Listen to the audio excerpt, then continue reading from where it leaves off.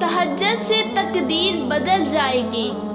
راتوں کو اٹھ کر اللہ سے مانگو تو صحیح، اللہ دل کی باتیں سن لیتا ہے، پھر چاہے زبان سے کوئی حرف ادا ہو یا نہ ہو۔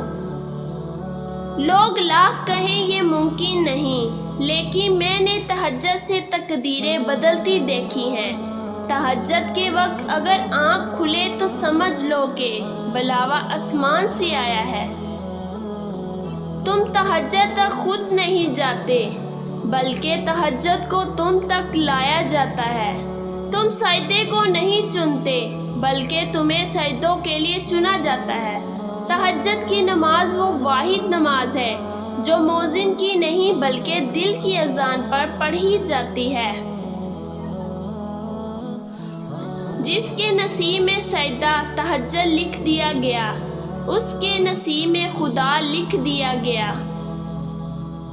سجدے کی سب سے بڑی خوبصورتی یہ ہے کہ زمین کے ساتھ کی جانے والی سرگوشی آسمان میں گونجتی ہے۔